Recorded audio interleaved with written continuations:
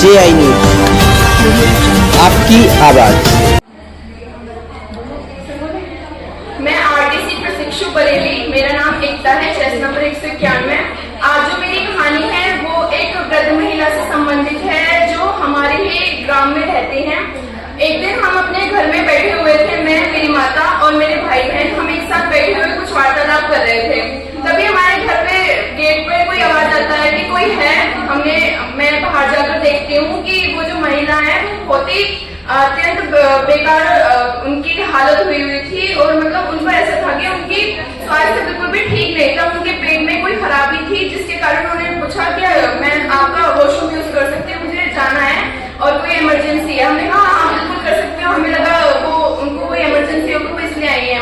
हमने उनको वो यूज करने दी। उसके बाद में आके उन्होंने बताया कि हाँ मैं आपके परिवार से और आपके कुटुंब से ही हूँ और उन्होंने हमें अपना परिचय दिया। हमने भी उनसे वार्तालाप करने की कोशिश की और बातों ही बातों में हमें पता चला कि उनके साथ क्या हो रहा है, उनके घर वाले उनके साथ क्या कर रहे हैं। उन्होंने हमें बताया कि जो मैं जहाँ पर रह रही हूँ, मेरा जो बेटा है ना वो मेरा साथ देते हैं, ना मैं जो मेरी बहू है वो साथ देते, जबकि मेरे पोता पोती तक हुए हैं।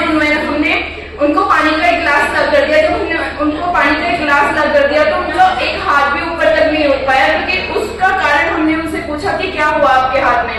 तो उन्होंने बताया कि मेरा जो पोता है उसने वो मेरा हाथ तोड़ दिया है, पकड़ के मोड़ दिया है। अब मेरी इतनी भी हिम्मत नहीं है, मेरे पैर में चोट है, मेरे जगह जगह घाव हुए पड़े हैं, मेरे घर वाले मेरा इलाज तक नहीं करवाते हैं, ना मुझे डॉक्टर के पास ले जाते हैं।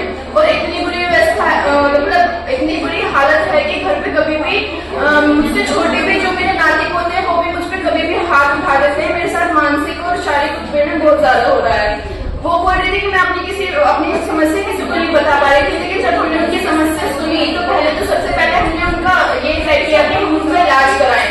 जो उनके हाथ में दिक्कत थी हमने उसका इलाज कराया। उसके बाद में हमने एक छोटा सा कदम उठाया कि हमने अपने जिले के अपनी बाबूगढ़ थाना है वहाँ पे सूचना दी कि ऐसे ऐसे एक वृद्ध महिला के साथ ऐसा किया जा रहा है, तो आप सिर्फ हमारी इतनी मदद कर दीजिए कि उनके घर पर जाके इतना उनको थोड़ा सा बताया जाए कि ताकि उनके साथ में ऐसा ना हो। एक तो हमने उनको उनका शारीरिक इलाज करा, ऊपर से उनके मानसिक उत्पीड़न जो उनके साथ हो रहा था उसको रोकने में उसका प्रयास किया।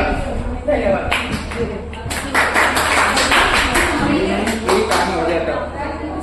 मैं RDC प्रशिक्षु आरती बरेली से हूँ। जो मेरी फ्रेंड एकता ने बताया अभी कि उनके साथ एक घटना घटित हुई थी, उसके बारे में जो बाहरी फल हमें मिला, उन्होंने संकट में फंसे व्यक्ति की मदद की, जिससे उन्होंने उनका बहुत बड़ा आभार व्यक्त किया। वो उनका बाहरी फल था, लेकिन उन्होंने आंतरिक जो आनंद मिला उससे उन्हें साहसिक कदम उठाने के लिए बहुत बड़ी हिम्मत मिली, जो आने वाले टाइम में वो देश की सेवा करने के लिए भी तत्पर रहेंगी। और उसके योगदान का आनंद ये था कि उन्हें गहराई से जब उन्होंने सोचा तो उनके मन को बहुत संतुष्टि मिली और उन्होंने जब पुलिस में जाके उनके खिलाफ कार्रवाई करवाई तो उससे उनके मन को बहुत संतुष्टि मिली और दूसरे के प्रति दूसरे के लिए जो मदद की उन्होंने, तो उससे बहुत अच्छा फील हुआ।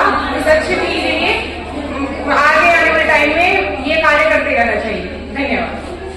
तो बरेली से मेरा नाम चेस नंबर 223।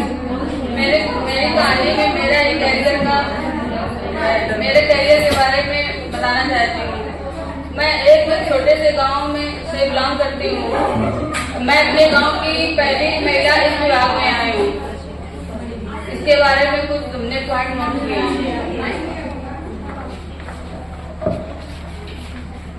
मैं प्रशिक्षु हिमांशी RDC बरेली से हूँ। जैसे कि रोली ने बताया कि वह अपने गांव से पहली महिला प्रशिक्षु है जो इस डिपार्टमेंट में आई है, तो इसने क्या क्या चुनौतियों का सामना किया है, इसने अपनी जिम्मेदारियां निभाई है। इसके गांव में कोई भी लड़की अपने गांव से बाहर पढ़ने के लिए नहीं जाती थी। इसने अपने माता पिता को विश्वास दिलाया कि मैं बाहर जाकर पढ़ूंगी और अपने माँ बाप का नाम रोशन करूंगी। तो इसने बाहरी फल हो गया कि इसने अपनी जिम्मेदारियां निभाई है, लक्ष्य की प्राप्ति की है और सम्मान और मान्यता प्राप्त की है। इसी में योगदान का आनंद है, काम को सावधानी पूर्वक करने का आनंद। इसने अपनी जिम्मेदारियां ली कि मुझे अपने करियर पे ध्यान देना है और जो लोग मुझे पीछे की तरफ खींच रहे हैं मुझे उन किसी भी बात पर ध्यान नहीं देना है। इसका आंतरिक फल है अपनी क्षमता को समझना। रोली ने जैसा बताया कि उसने अपनी आंतरिक क्षमता को समझा कि मैं इस कार्य को कर सकती हूँ, मैं बाहर जाकर पढ़ाई कर सकती हूँ, अपने माँ बाप का नाम रोशन कर सकती हूँ। नेक्स्ट स्वयं का विस्तार करना, चरित्र और नैतिक शक्ति का विकास करना। जब तक इसका चरित्र का विकास नहीं होता, जब तक ये खुद से ठीक नहीं होती, तो इसकी माता पिता ने इसे बाहर पढ़ाई के लिए नहीं भेजते। तो इसके माता पिता ने इससे विश्वास रखा, इससे विश्वास बनाए रखा, जिससे बाहर गई, इसने पढ़ाई की और उसने लक्ष्य की प्राप्ति की। नेक्स्ट है उद्देश्य प्राप्ति। इसने अपने उद्देश्य को प्राप्त किया और इसके गांव की जितनी भी लड़कियां हैं इससे प्रेरित हुई हैं, जिससे कि अब वो भी बाहर जाकर अपने सपनों को पूरा कर सकती हैं। धन्यवाद।